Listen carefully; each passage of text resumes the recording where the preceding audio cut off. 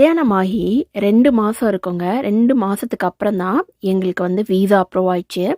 So அந்த டைமில் நாங்கள் யுஎஸ்ஏ வந்த புதுசுலலாம் பார்த்தீங்கன்னா, எனக்கு வந்துட்டு ஒரு புது நாடு, புது கண்ட்ரி அது மாதிரி கல்யாணமாகி முதல் முறையாக வேற ஒரு இடத்துக்கு போகிறோம். டோட்டலாக வேற ஒரு இடத்துக்கு போகிறோம்.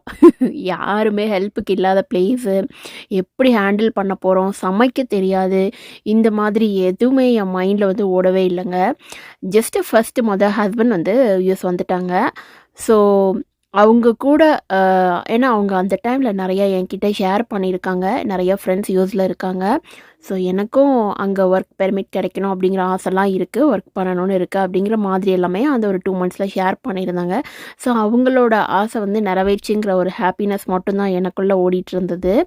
அதுக்கப்புறம் தான் எனக்கு வீசா ப்ராசஸ்லாம் அப்ளை பண்ணிவிட்டு அதுக்கப்புறம் நான் வந்தேங்க. சரிங்கங்க, இதிலிருந்து நீங்கள் என்ன சொல்ல வரீங்க அப்படின்னு கேட்டிங்கன்னா, அப்போ இருந்து இப்போ வரைக்கும் நானும் என் ஹஸ்பண்டும் மட்டும்தாங்க ஓடிட்டே இருக்கோம். எல்லாரும் ஃபேமிலியிலே அப்படி தானங்க அப்படின்னு கேட்டிங்கன்னா, இல்லைங்க. இந்தியாவிலலாம் இருந்தேன்னா நமக்கு சப்போர்ட்டுக்கு யாராவது இருப்பாங்க. குழந்தை எப்படி வளர்க்கணும்னு சொல்லி தருவாங்க. அப்புறம் எந்த மாதிரி ஊட்டணும், ஏன் ஈவன் வந்து ஒரு குழந்தைய கூட பாதி வந்து பேரண்ட்ஸ் வளர்த்து கொடுத்துருவாங்க அப்படிங்கிற மாதிரி தான். பட் என்னோடய கண்டிஷன்ஸில் அந்த மாதிரி கிடையாது. எவ்ரிதிங் நானே ஹேண்டில் பண்ணி, நானே எக்ஸ்பீரியன்ஸ் ஃபீல் பண்ணி, ஃபஸ்ட்டு குழந்தலாம் நான் நிறையா அடிபட்டிருக்கேங்க.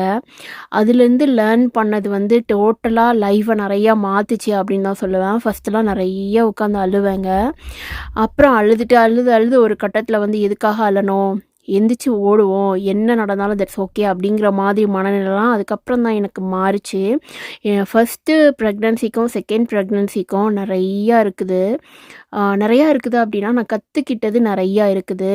என்ன நடந்தாலும் பொறுமையாக இருக்கணும் அப்படின்னு கற்றுக்கிட்டுருக்கேன். பட் அது இன்ன வரைக்கும் எனக்கு வந்துட்டு ஏதாவது ஒரு விஷயம் அப்படின்னா நான் வந்து ஃப்ராக்ஷன் ஆஃப் செகண்டில் ரியாக்ட் பண்ணுவேன். பட் அது வந்து என்கிட்ட இப்போ கொஞ்சம் குறைஞ்சிருக்குன்னு நான் நம்புகிறேங்க. கலிஃபோர்னியா ட்ரிப் போயிருந்தப்ப மார்னிங் பிரேக்ஃபாஸ்ட் வந்து A to Bல தாங்க சாப்பிட்டோம்.